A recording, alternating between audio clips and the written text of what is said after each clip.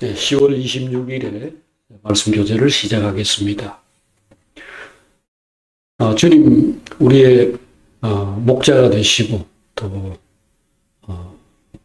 남편이 되시고 우리의 모든 것이 되셔서 항상 우리 곁에 계시며 우리를 사랑하고 생명의 길로 이끌어 주셔서 감사합니다.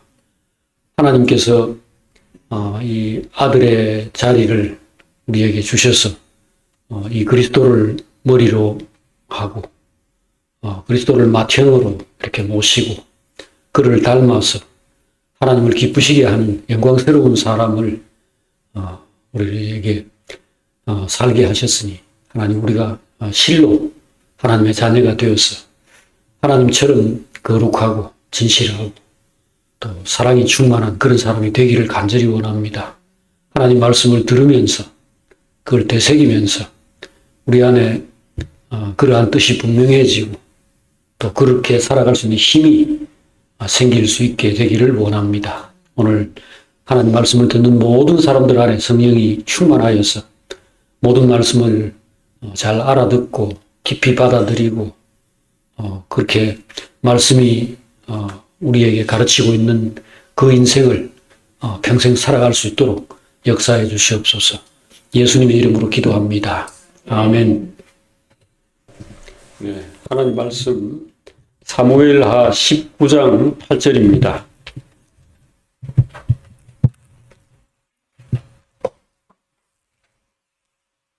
구약성경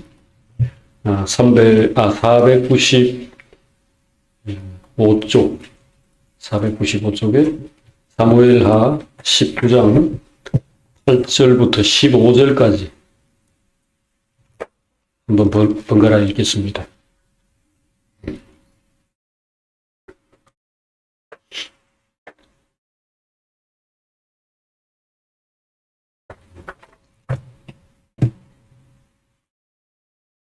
찾으셨으면 한 절씩 번갈아 읽겠습니다. 사무엘하 19장 8절입니다. 왕이 일어나 성문에 앉으매 어떤 사람이 모든 백성에게 말하되 왕이 문에 앉아 계신다 하니 모든 백성이 왕 앞으로 나오니라. 이스라엘은 이미 각기 장막으로 도망하였더라. 이스라엘 모든 지파 백성들이 변론하여 이르되 왕이 우리를 원수의 손에서 구원하여 내셨고 또 우리를 블레셋 사람들의 손에서 구원하셨으나 이제 압살롬을 피하여 그 땅에서 나으셨고 우리가 기름을 부어 우리를 다스리게 한 압살롬은 싸움에서 죽었거든.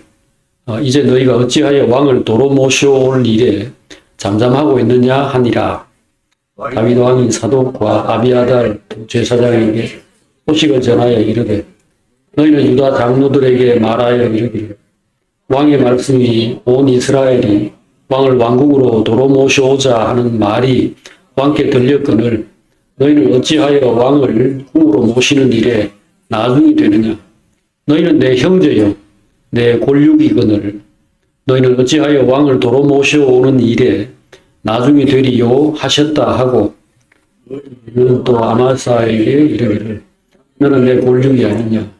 네가 요압을 이어서 항상 내 앞에서 이위관이 되지 아니하면 하나님이 내게 벌 위에 벌을 내리시기를 바라노라 하셨다 하라 하여 모든 유다 사람들의 마음을 하나같이 기울게 하며 그들이 왕께 전가를 보내어 이르되 당신께서는 모든 부하들과 더불어 돌아오소서 한지라.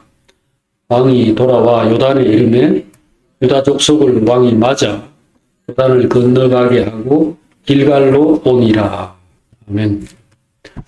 오늘 읽은 말씀을 가지고 이스라엘의 실패라는 제목으로 하나님 말씀을 함께 상고하겠습니다.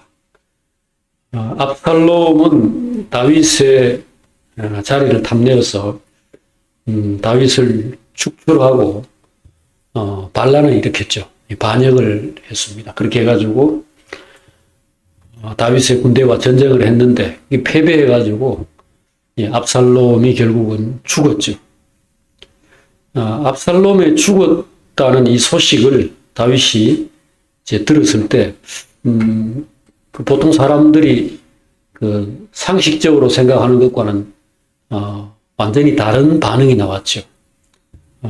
이 다윗은 자기를 축출하고 또 생명을 위협했던 압살롬의 죽음에 굉장히 슬퍼했습니다. 물론 아들이니까 그렇게 할 수 있죠. 하지만 아들은 아버지를 죽이려고 했는데 아버지가 그에 대해서 무조건 이렇게 연민과 이렇게 애정만 표현한다 하는 것은 그 사람들이 쉽게 이해할 수 없었을 겁니다. 왕이 그의 얼굴을 가리고 큰 소리로 부르되 내 아들 압살롬아 압살롬아 내 아들아 내 아들아 하니 이렇게 표현되어 있습니다. 이게 이제 녹음기로 이렇게 녹취를 한 게 아니고 그 주변에 있는 사람들이 다윗의 그런 어떤 태도를 이렇게 글로 옮겨 적은 거죠. 근데 여기 지금 그 얼굴을 가리고 큰 소리로 내 아들 압살롬아 압살롬아 내 아들아 내 아들아 이렇게 했다고 표현이 되어 있는 거죠. 그러니까 굉장히 크게 상심하고 애통해하는 모습을 이제 보이고 있습니다.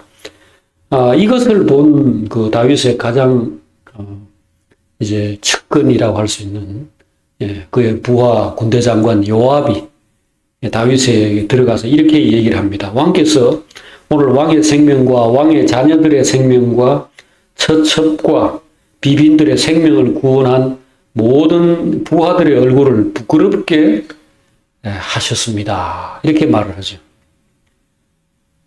이것은 왕이 결국 미워하는 자는 사랑하고, 그러니까 왕을 미워하는 사람은 사랑하고, 그 다음에 사랑하는 자는 미워하는 행동이고, 또 부하들과 지휘관들을 멸시하는 행동입니다. 라고 이야기를 합니다. 그러면서 좀 더 나가서 이렇게 말하죠. 내가 오늘 가만히 보니까, 내가 오늘 깨달으니, 만일 압살롬이 살고 우리가 다 죽었다면 왕이 마땅히 여기실 뻔 했습니다. 왕이 굉장히 좋아했을 것 같네요. 굉장히 그 분노와 배신감 같은 걸 지금 싫어가지고 이 얘기를 하는 거죠. 그러니 이것은 굉장히 잘못된 행동입니다. 그래서 지금 곧 일어나서 밖으로 나가십시오. 지금 여기는 마하나임이라고 하는 어떤 지방의 어떤 성이죠. 지방 도시죠. 근데 거기 성문 앞으로 나가서 지금 막 전쟁터에서 돌아오고 있는 당신의 부하들을 맞이하고 격려하고 위로하십시오. 곧 일어나 나가서 왕의 부하들의 마음을 위로하여 말씀하옵소서. 이렇게 말을 한 겁니다. 그러면서 만일 그렇게 하지 않는다면 당신을 따르는 모든 사람들이 떠나게 될 것입니다. 그리고 이전에 젊었을 때 당신이 겪었던 어떤 어려움보다 더 큰 어려움, 더 큰 화를 당하게 될 겁니다. 이렇게 경고를 하죠. 이 다윗은 그 대단한 그의 머리이고 이스라엘의 위대한 그 영웅이고 왕인데 오늘 하는 걸 보니까 매우 실망스럽고 특별히 요압이라고 하는 자기 입장에서도 지금 사람이 너무 위축된, 너무 쪼그라든 상태다. 이렇게 딱 보이는 거죠. 그래서 어른 같으면은 만약에 이게 자기보다 젊은 아이 같으면 일어서 하고 막 그 호통을 치고 이렇게 기합을 좀 줄 그런 느낌을 지금 여기서 보여주고 있네요. 그런데 이제 뭐 말이 맞잖아요, 이게. 그러니까 다윗이 이 말을 듣고 오늘 여기 읽은 우리 8절에 나오는 것처럼 왕이 일어나 성문에 앉았다. 이렇게 얘기를 합니다. 그러니까 자리 이제 우리가 무슨 국군의 날 행진 뭐 이런 걸 하면은 높은 단상에 이렇게 앉아가지고 뭐 격려를 받고 이렇게 하는 그런 이제 자세를 취한 겁니다. 왕이 일어나 성문에 앉음에 어떤 사람이 백성들에게 이렇게 말을 합니다. 왕이 이제 드디어 문에 앉아 계신다. 이렇게 하니까 모든 백성이 왕 앞으로 나왔다는 겁니다. 이때 모든 백성이라는 것은 그 마하나임이라고 하는 도시에 뭐 원래 이스라엘 사람들이 살고 있기도 했거니와 이번에 그 왕이 예루살렘에서 요단강을 건너가지고 지금 피난을 해서 이 도시에 와 있는 거니까 그때 따라온 이스라엘의 여러 지도자들과 다윗을 추종하는 사람들이 여기서 말하는 이스라엘 모든 백성이죠. 이 사람들이 왕 앞으로 나와가지고 이제 어떤 의논을 합니다. 회의를 해요. 이때 이제 여기 지금 그 8절 후반에 보면 이스라엘은 이미 각기 장막으로 도망하였더라. 그래서 싸우러 온 사람들은 그 머리가 이제 죽었으니까 압살롬이 죽어버렸으니까 그냥 전쟁하던 그 군인들은 다 이제 고향으로 돌아가 버렸다. 그럼 여기 있는 사람은 누구겠습니까? 다윗을 지지하는 다윗의 군대, 다윗의 그 사람들이죠. 이 사람들이 각 지파별로 이제 여러 그 사람들이 섞여 있을 텐데 그들이 이제 이 지파의 원로들, 장로들을 모으는 겁니다. 여러분들 여기 한번 모여보세요. 지금 상황이 이제 그동안 왕을 이렇게 몰아내고 반란을 일으켰던 이 수베가 이제는 죽었고 그래서 이제 다시 이스라엘이 다윗을 왕으로 모셔야 될 그런 상황이 되었습니다. 그런데 우리가 뭔가를 해야 합니다. 이거죠. 뭐라고 합니까? 여기서 지금 말하기를 이스라엘 모든 지파 백성들이 변론하여 이르되 왕이 우리를 원수의 손에서 구원하여 내셨고 블레셋 사람들의 손에서 구원하셨으나 이제 압살롬을 피하여 그 땅에서 나가셨고 그리고 우리가 기름을 부어 우리를 다스리게 한 압살롬은 싸움에서 죽었거늘 이제 너희가 어찌하여 왕을 도로 모셔올 일에 잠잠하고 있느냐 이렇게 말을 하는 거죠. 뭘 잠잠하고 있다는 겁니까? 이제 전쟁이 일어났고 나라가 두 쪽으로 나누어졌잖아요. 그런데 이제 압살롬이 죽었으니까 다시 다윗을 왕으로 세워야 되는데 앞에 자기들이 한 일이 있다는 겁니다. 앞에 무슨 일을 했는가? 그들은 압살롬의 그 회유나 협박, 무슨 강압에 의해서 할 수 없이 압살롬을 왕으로 세웠던 게 아니고 그들의 생각, 그들의 판단과 결정에 의해서 다윗보다 압살롬이 낫다. 그렇게 해가지고 압살롬을 왕으로 세웠던 겁니다. 그러니까 압살롬이라는 한 사람이 무슨 기관총 같은 거 들고 와가지고 뭐 일제가 우리나라 옛날에 그 조선 말기에 이렇게 강압하듯이 그렇게 한 게 아니라는 겁니다.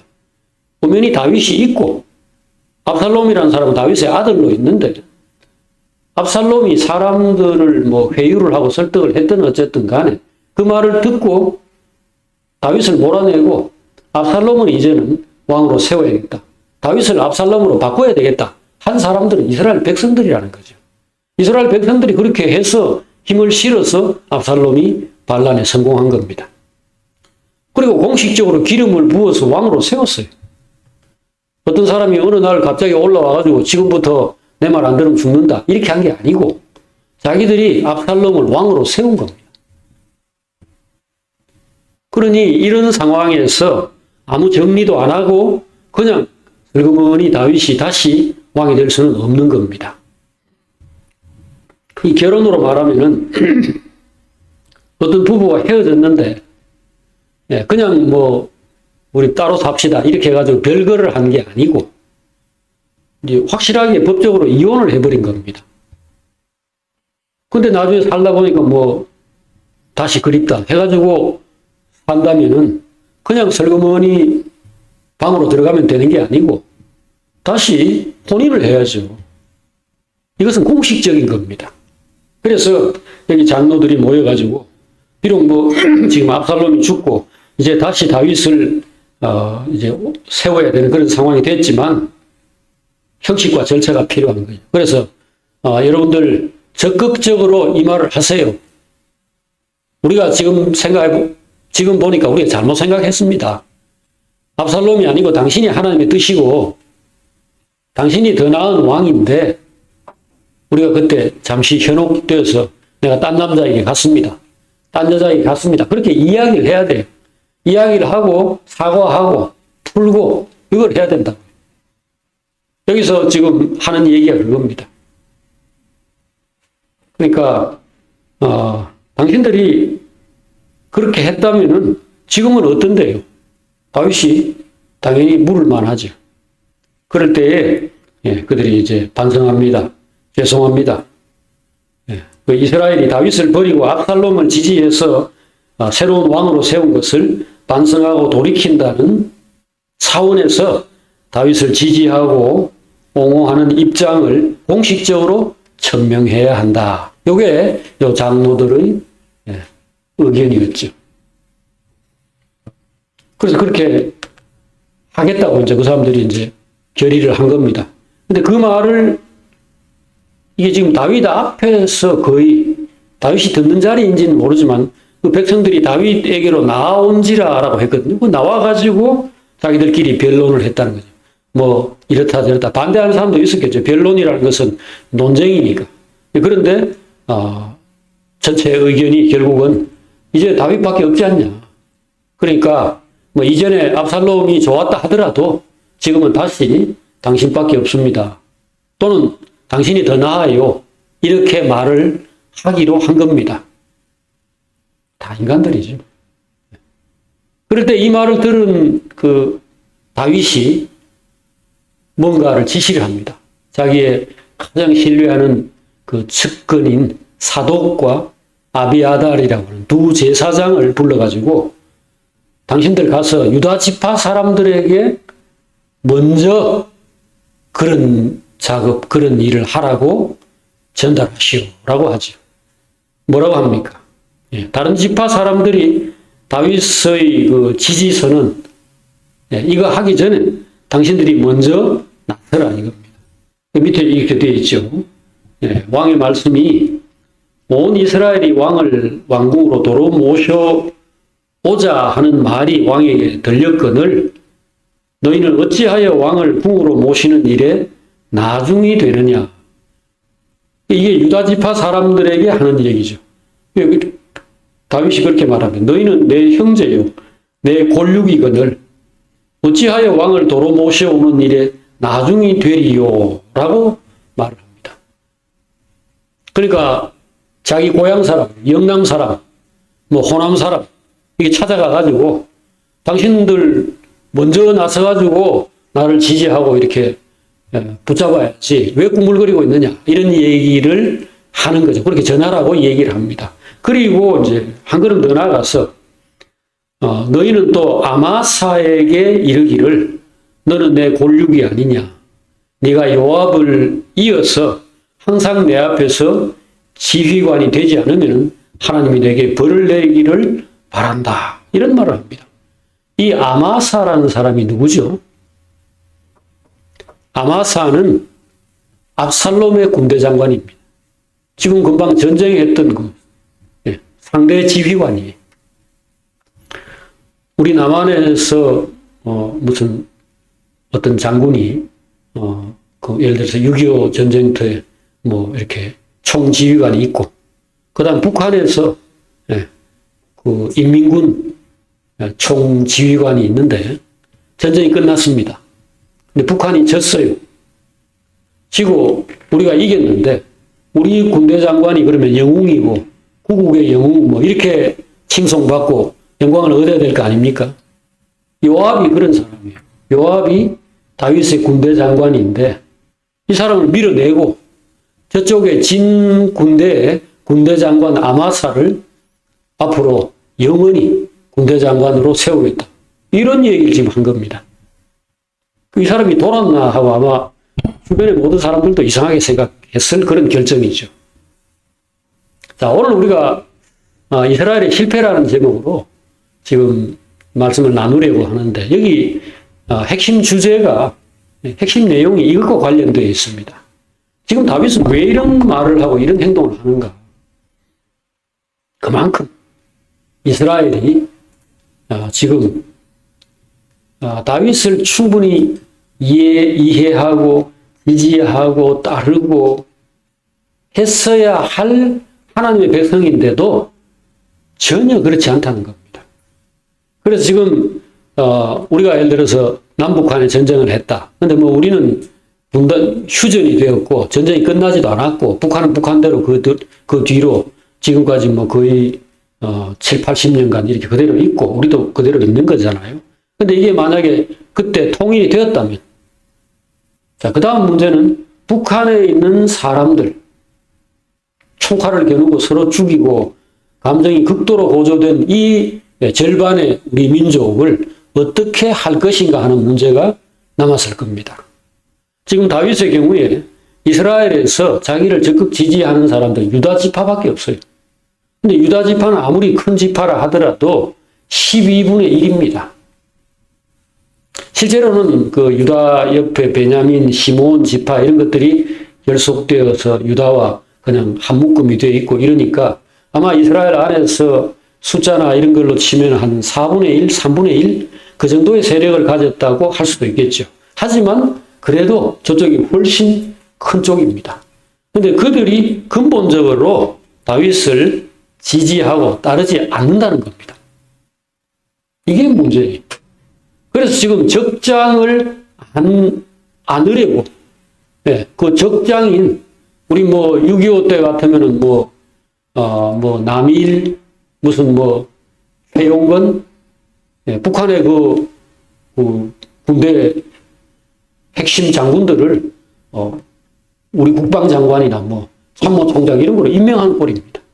전쟁해가 방금 목숨 걸고 싸웠던 적인데,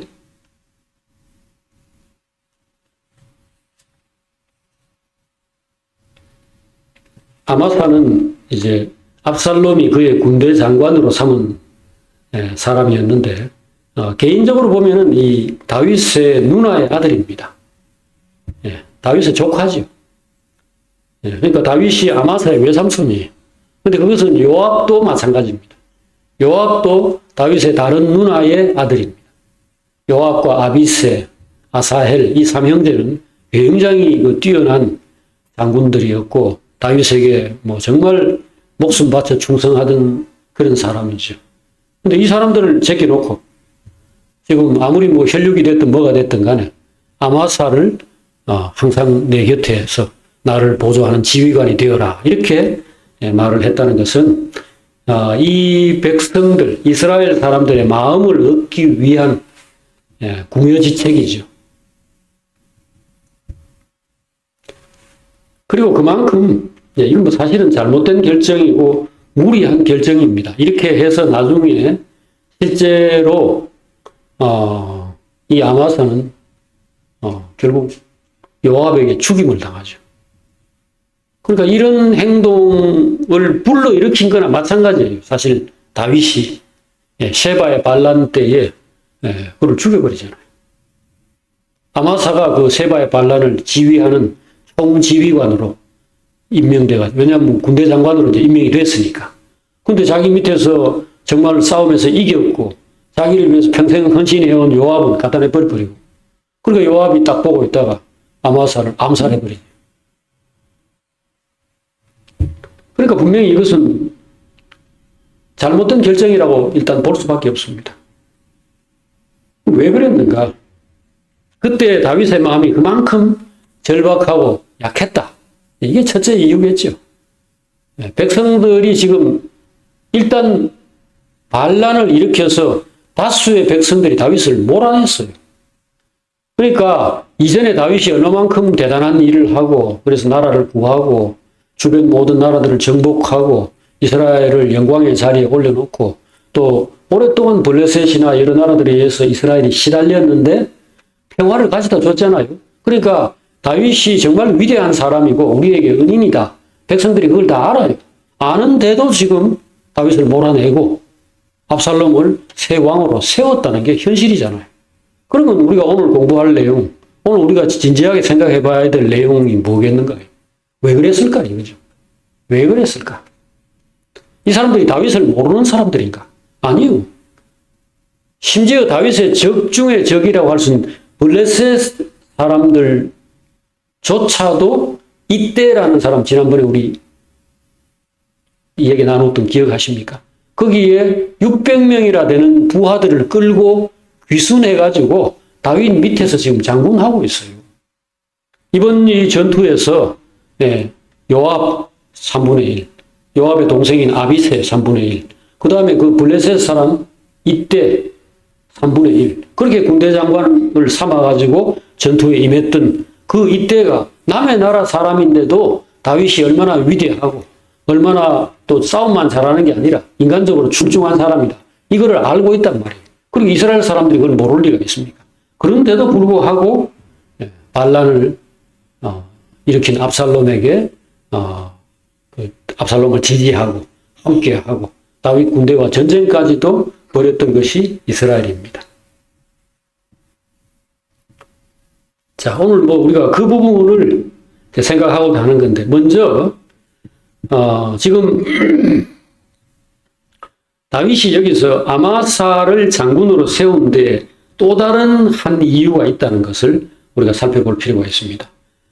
그가 이스라엘 백성을 고려해서 그들의 장군이었던 아마사를, 압살롬은 죽었지만 아마사를 내치지 않는다라는 이 어떤 모션을 취하는 것, 그게 한 이유였다고 말씀드렸습니다.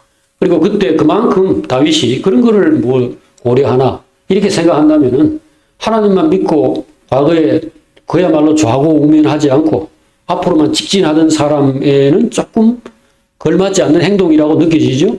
그것은 다윗이 이때 굉장히 약해졌다라는 증거입니다. 그러나 다른 한 이유가 있습니다.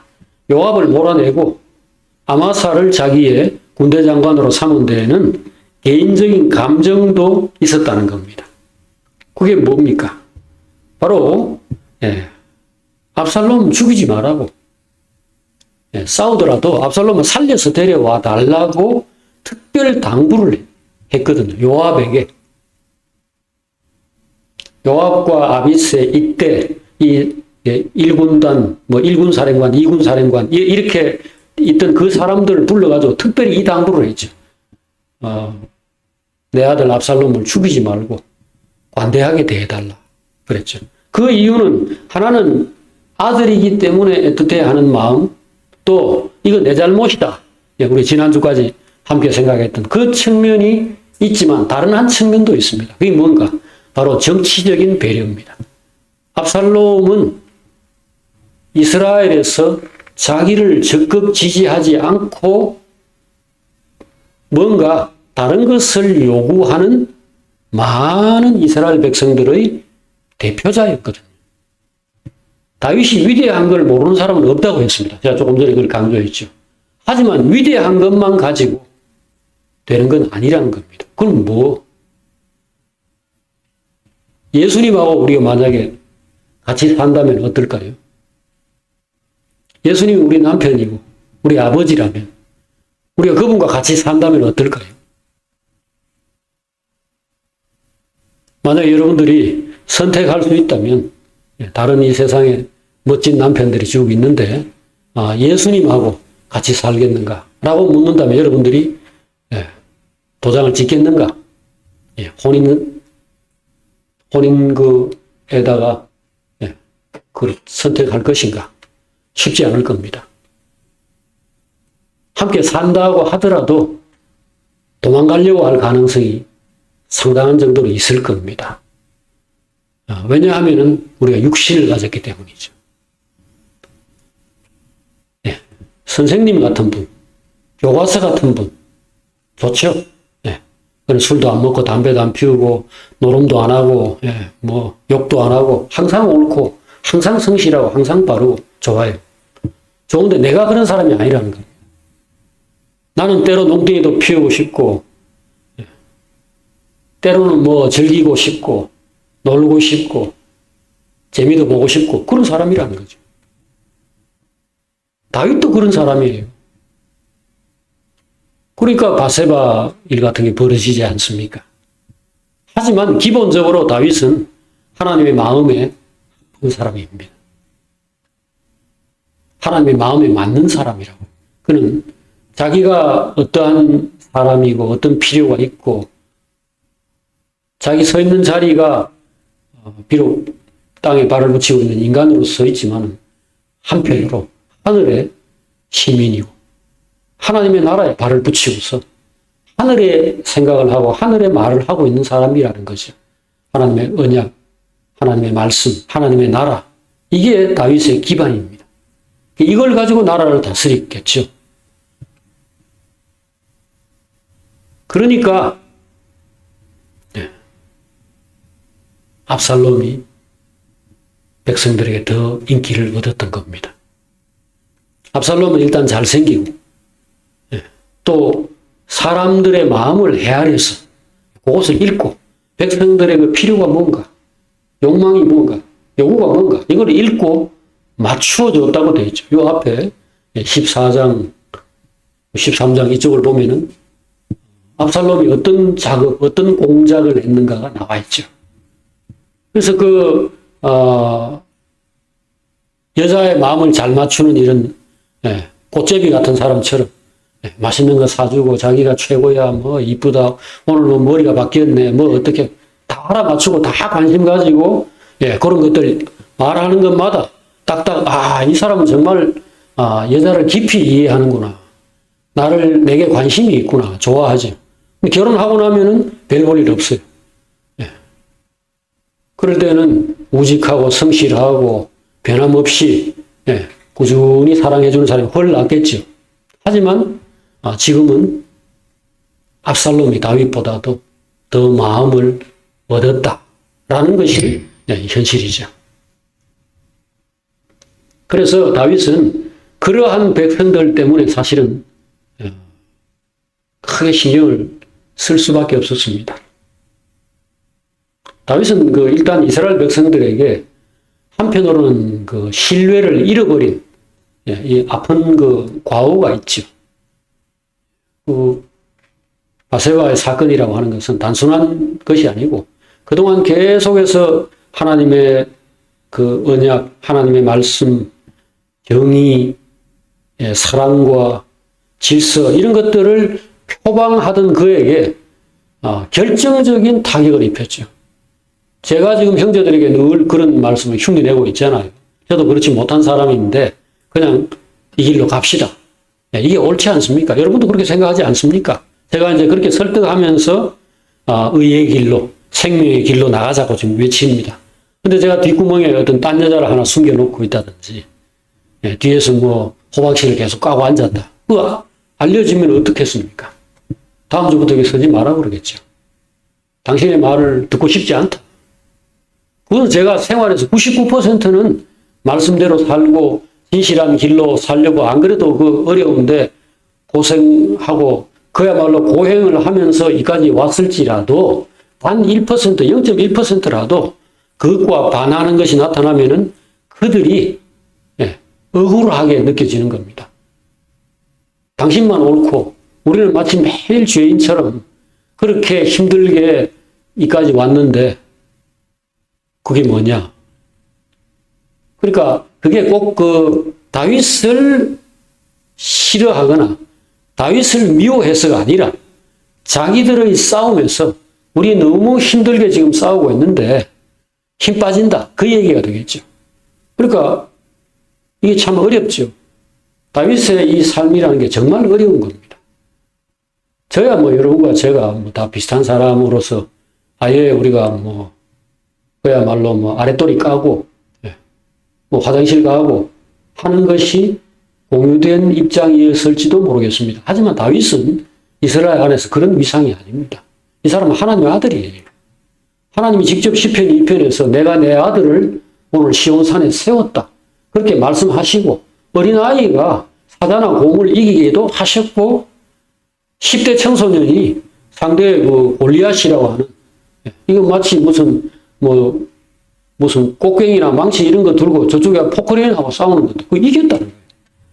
그렇게 하나님에 의해서 특별히 세워진 사람은 그만큼 높은 공중에 떠 있는 겁니다. 이건 떨어지면 이건 뼈도 못 추려요. 근데 다윗이 떨어졌어요, 거기서. 살인하고 간음을 저질렀다고 하는 이 일이 그냥 어떤 사람이 요즘 어느 목사가 어디 여자하고 놀아나다 걸렸다. 이거하고 다르단 말이에요. 이거는 지금 그 무슨 뭐 제트기 이렇게 날아가는 그 꼭대기에 있다 그냥 맨몸으로 땅에 떨어진 꼴입니다. 그런 상황에서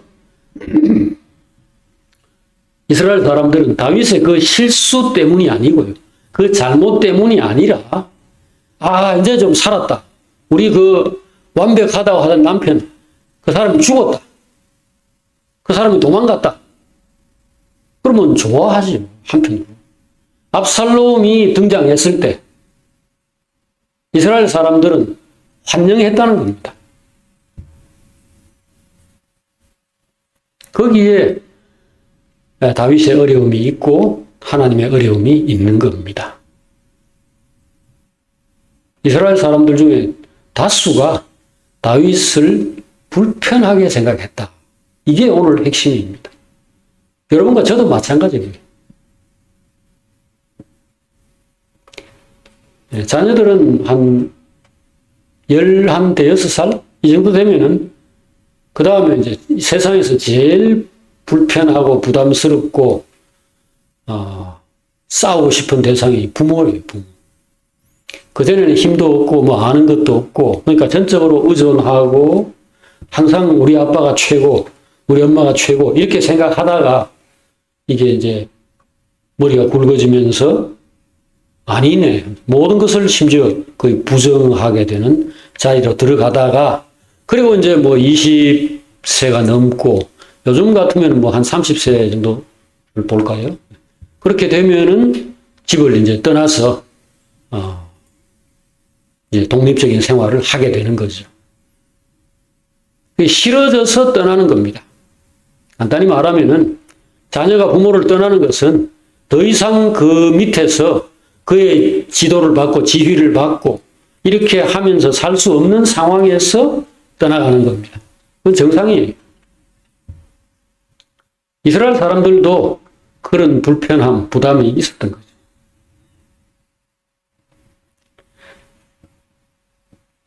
자, 다윗의 결정, 아마사를, 이 적장을 왜 자기의 최측근 군대 장관으로 삼았는가, 이 부분에 대해서 제가 말씀을 드렸습니다.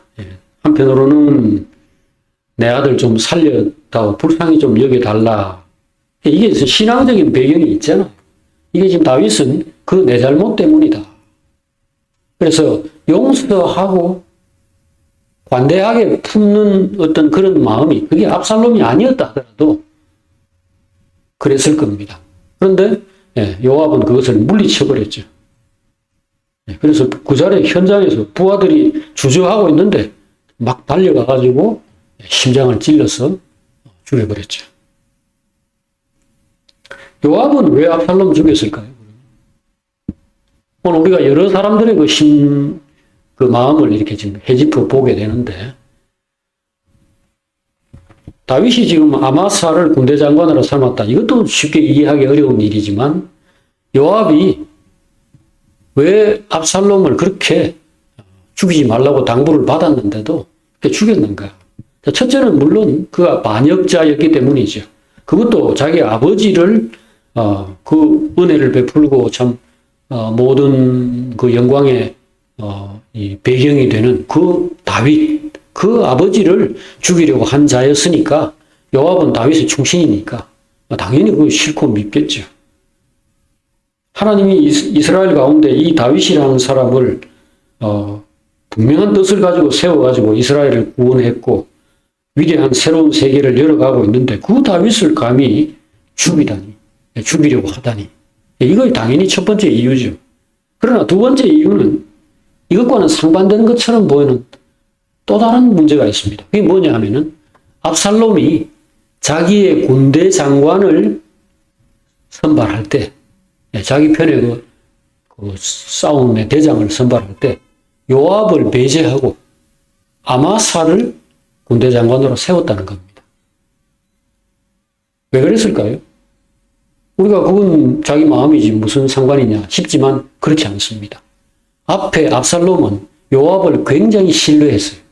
굉장히 신뢰해가지고 그 자기 형 암논을 죽이고 외갓집으로 도망갔을 때 있잖아요. 그때도 요압을 불러가지고 중간에 다리 좀 놔주세요. 이렇게 부탁한 겁니다. 자기의 사촌 형이죠. 그리고 실제로 요압이 그렇게 했고요. 그 역할을 해가지고 무사히 돌아왔고, 이후에 또 다윗이 연금 상태로 가두어 두었지만 중간에 또 요압이 작용해가지고 자유롭게 이제 되기도 했잖아요. 그랬으면은 당연히 자기가 반란을 일으켰을 때 그 요압을 포섭을 했을 법 하잖아요.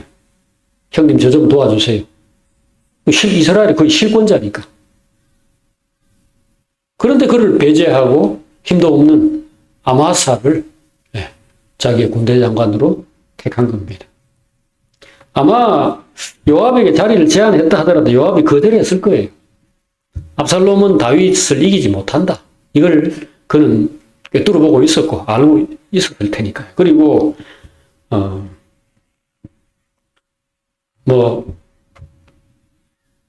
네 마음은 알겠지만 그러나 내가 그렇게까지는 할 수 없다. 이렇게 아마 완곡하게 거절하지 않았을까 싶은데 그랬을지라도 일단 자리를 제안했다면은 거절은 할지라도 압살롬과 그렇게 감정적으로 척지지는 않았을 것이다. 이렇게 볼 수 있죠. 그러나 압살롬은 그렇게 하지 않았습니다. 아마 제 생각에 저 요압이라는 게 워낙 고집도 세고 워낙 비중이 큰 인물이고 또 다윗에게 충성스러운 사람이어서 아마 안 받아들일 거야. 이렇게 생각을 했겠죠. 그러나 어쨌든 자기에게 호의적이고 충분히 자기를 지지할 수 있는 사람에게 애초부터 기회도 주지 않고 젊은 아마사를 택한 이것은 배신감을 느끼게 했을 겁니다.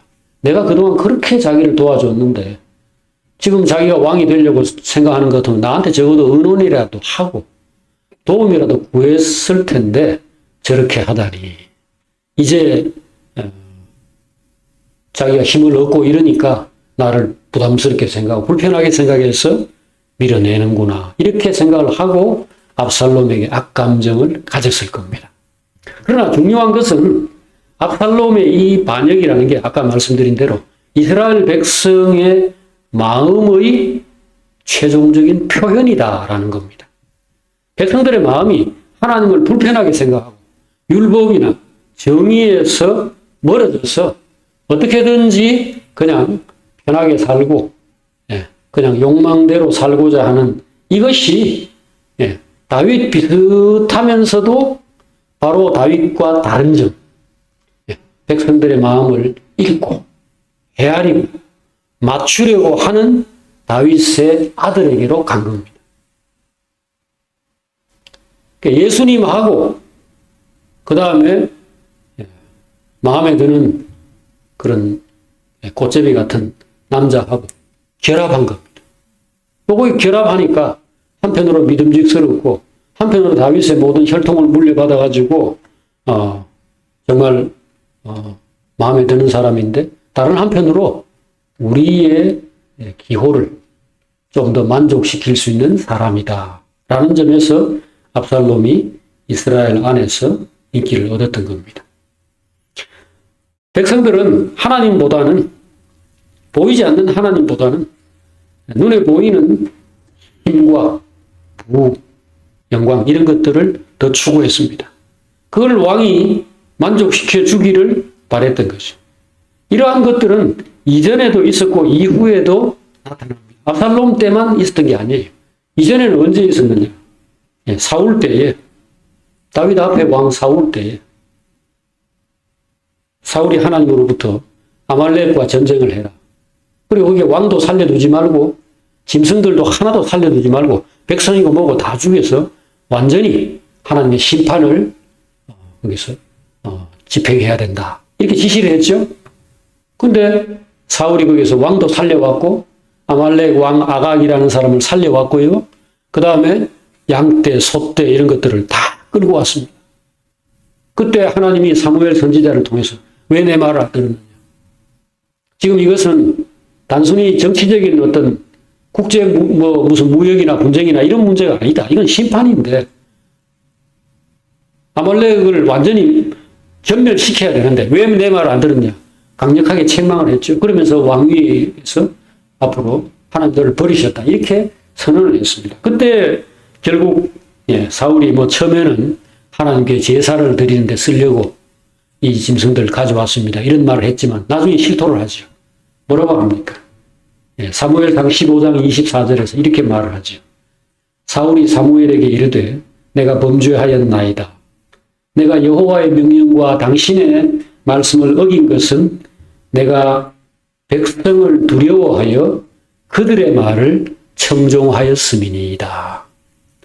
백성들이 그것을 원했다는 겁니다. 그 소떼 양떼를 왜 죽여요? 그 귀한 재물들 전리품으로 가져와가지고 우리나라의 군사력이든 경제력이든지 더 튼튼하게 만들어야지 죽이기는 왜 죽여요? 그거죠. 왕도 마찬가지입니다. 그 적장을 살려놓으면은 주변에 있는 나라 사람들이 저 나라는 관대한 정책으로 전쟁해도 그 왕을 죽이지 않더라라는 소문이 나가겠죠. 그러면은 결사적으로 싸우지 않을 가능성이 높아지죠. 근데 내가 저쪽에 저 사람하고 싸우면은 완전히 뼈도 못 추린다. 그러면 싸움할 때 어떻게 싸우겠어요? 결사적으로 싸우겠죠. 그 죽으면, 잡히면은 반드시 죽는 거니까. 그래서 정치적으로 생각하면은 사울의 이 태도가 합리적인 겁니다. 그러나 하나님의 명령을 어겼죠. 그러면 이것은 백성들이 결국은 당신 하나님 말대로만 하지 말고 삶이라고 하는 게 이런저런 그 이치가 있는 건데 거기에 맞게 적당히 해야지 하나님이 말씀하신다고 그대로 다 들으면 되나? 이거예요, 결국. 사울은 그 말을 듣고 하나님 말씀대로 안 한 겁니다. 지금 압살롬도 마찬가지예요. 그런 정신을 가지고 그렇게 백성들에게 맞춰갔던 겁니다. 그러니까 백성들이 좋아하죠. 그래서 나중에 무혈혁명, 피 흘리지 않고 정권이 그냥 교체가 된 겁니다. 백성들의 지지 때문이에요. 오늘 우리는 안 그럴 것 같습니까? 여러분, 오늘 우리가 결국 생각해야 될 게 이겁니다. 우리 안에는 그걸 사탄이라고 이름 부르든 욕심이라고 이름 부르든 그냥 육신이라고 하든 여하튼 하나님하고 안 맞는 게 들어있어요. 다른 한편으로는 하나님의 은혜를 받아가지고 하나님 말씀 듣고 순종하려고 애쓰고 바른 길로 걸어가려고 하는 게 있죠. 있으니까 우리가 예수 믿는 사람이 여기 앉아 있습니다. 그리고 다른 사람들이 잘못 저지를 때 금방 보이고 그리고 저거 안 되는데 저 사람 별로 사랑스럽거나 존경스럽지 않다. 금방 우리가 판단이 되죠. 하지만 내 안에서 다윗보다는 압살롬이 편하다. 이게 있단 말입니다. 사울이라고 해서 무슨 형편없는 그런 악인이 아닙니다. 단지 육신으로 사느냐, 영으로 사느냐, 세상을 추구할 것인가, 하나님의 나라를 추구할 것인가. 세상 나라와 하나님의 나라라고 하는 것은 하나는 육신적이고 물질적이고 눈에 보이는 것이고 몸 편하게 살고 하는 그겁니다. 그런데 하나님의 나라는 영원히 살고 제대로 살고 길게 행복해지는 그 길을 추구하는 거죠. 그걸 위해서는 결국은 참고 용납하고 절제하고 그런 것들이 따라 붙어야 되는 거니까. 그게 싫다는 거 아닙니까? 서울대학교 가는 수학하는 그 학원이 있더라고요. 학원 이름이 서울대 가는 수학이더라고요. 서울대 가는 수학이라고 하지 말고 밑에다가 사람 반 죽이는 그런 학원이라고 이름을 붙여놓으면 더 맞지 않겠나 싶어요. 예수 그리스도 안에는 영생은 곧 십자가의 도입니다. 십자가의 도가 그래서 멸망하는 자들에게는 미련한 것이나 영생 얻는 우리에게는 하나님의 구원의 능력이다. 십자가라는 게 사람 죽이는 거 아닙니까? 그걸 누가 좋아해요? 압살롬의 반역이 어디서 왔는가? 그리고 또 지금 약해진 이 자리에서 다윗의 마음을 보세요.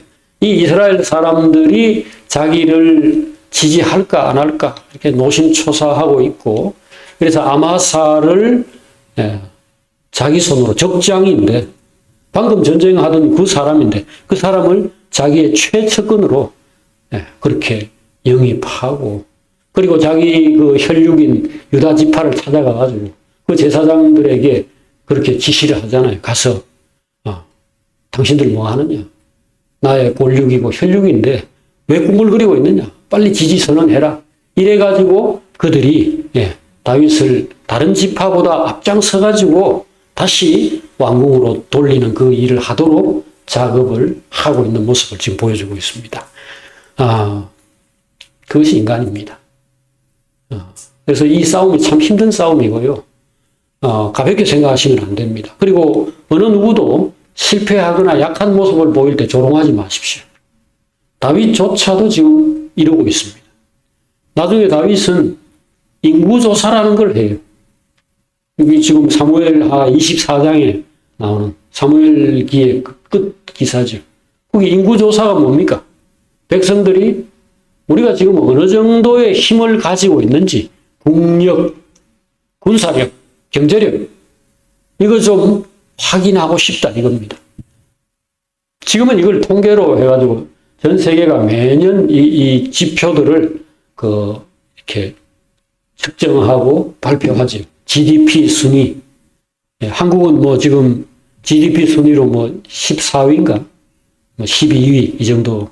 무역 그것도 뭐 거의 세계 10위 수준이고, 군사력은 세계 5위라 그러죠. 대단하죠. 이 지금 세계 나라가 200개가 되는 나라 중에 한국처럼 조그마한 나라가 이러니까 우리 자부심을 가지죠. 근데 이제 국민소득 그 경우에는 1인당 국민소득 같은 경우에는 뭐 36인가 거기서 지금 대만에게 밀려가지고 37위로 뭐 떨어졌다든가 뭐 이런 것들을 발표를 하더라고요. 3만 뭐 6천 달러인데 대만이 그보다 못했는데 3만 8천 달러로 올랐었는데, 단 좋은 것은 일본이 우리 밑에 있다는, 이게 벌써 몇 년째 이렇다. 이런 걸 가지고 이제 보면서 아이고 뿌듯하구나. 북한은 거의 꼴찌인데 우리는 뭐 이 정도구나. 이런 걸 하고 앉았죠. 우리 집은 몇 평인가?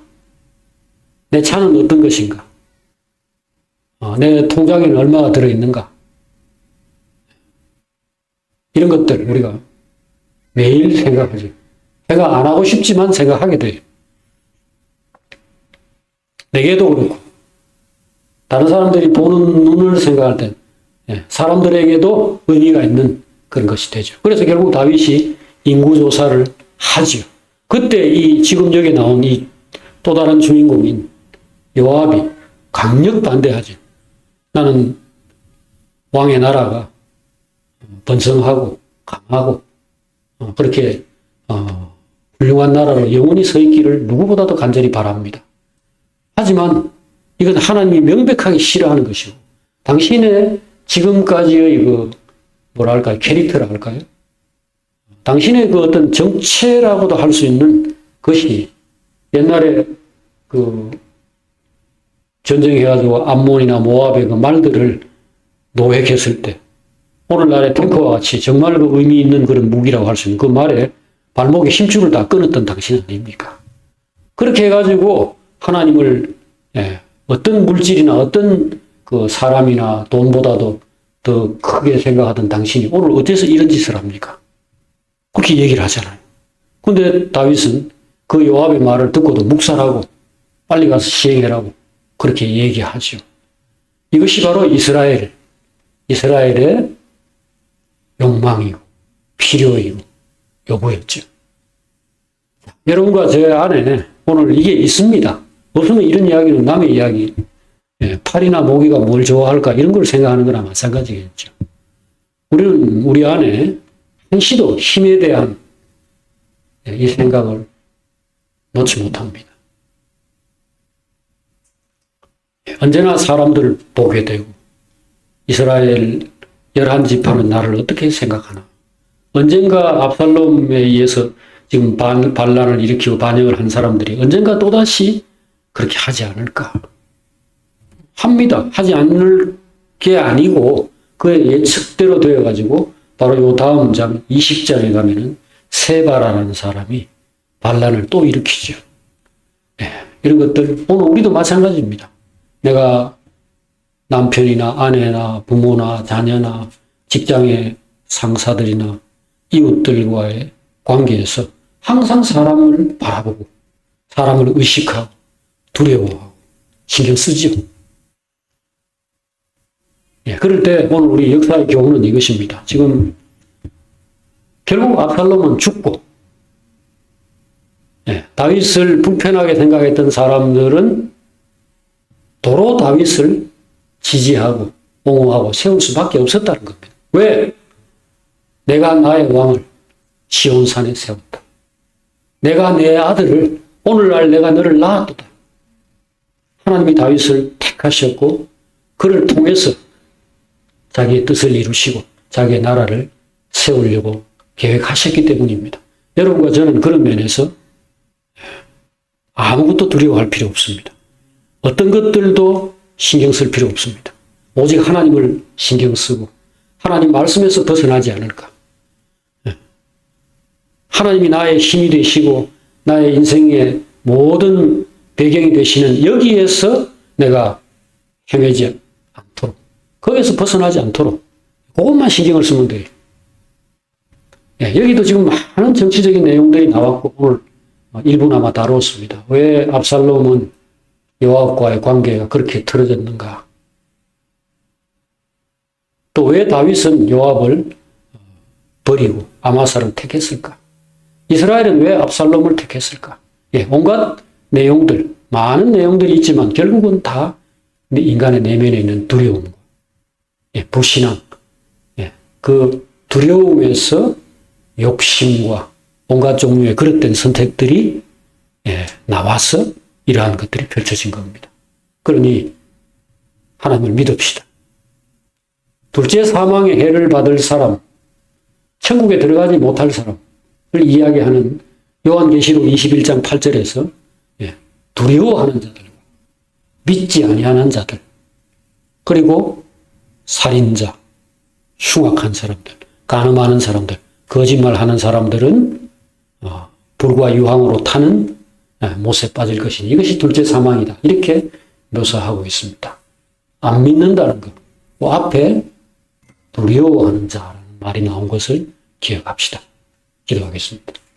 하나님 아버지, 저희 안에는 두려움이 있습니다. 하나님은 보이지도 않고 과연 내 인생이 앞으로 하나님 말씀하신 대로 영광스럽게 되고 영생에 이르게 되고 정의롭게 살고 진실하게 살고 사랑으로 오래 참고 기다리며 평화를 도모하는 이게 과연 정말 잘 사는 길인지 아니면은 이 세상 모든 사람들이 그렇게 믿고 있고 그렇게 추구하고 있는 대로 눈에 보이는 물질과 권력들 이런 것들을 추구해야 되는지 끝까지 참고 하나님의 약속을 기다려야 할지 아니면 지금 뭔가를 할 수 있을 때 세상에서 우리의 욕망대로 이렇게 할 것인지 이런 선택들이 매일 매 순간 우리 앞에 놓이게 됩니다. 하나님 저희들을 붙들어 주시고 마음을 감화시켜서 옳은 길로 걸어갈 수 있게 도와주시옵소서.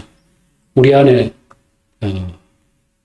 정한 영을 창조하시고 정직한 영을 새롭게 하옵소서라고 말했던 다윗의 그 기도대로 주님 저희들 심령을 날마다 새롭게 해주시고 날마다 강화시켜 주시옵소서. 그렇게 해서 저희들이 끝까지 옳은 길로 걸어가서 최후의 승리자가 되게 해주시기를 구합니다. 예수님 이름으로 기도합니다. 아멘.